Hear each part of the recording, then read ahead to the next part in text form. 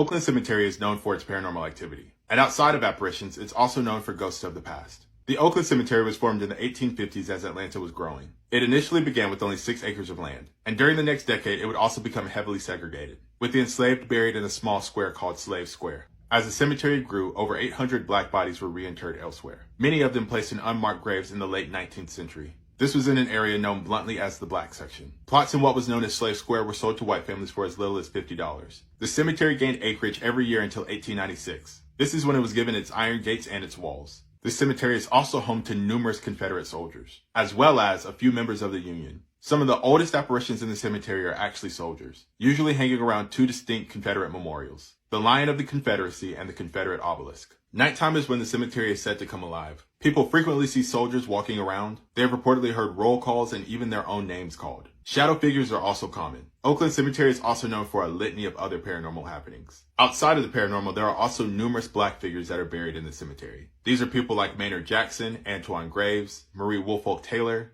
Frank Quarles, and several more. Simply put, the cemetery has a lot of stories to tell, some of them being told by reflecting on the past, and some of them through the paranormal.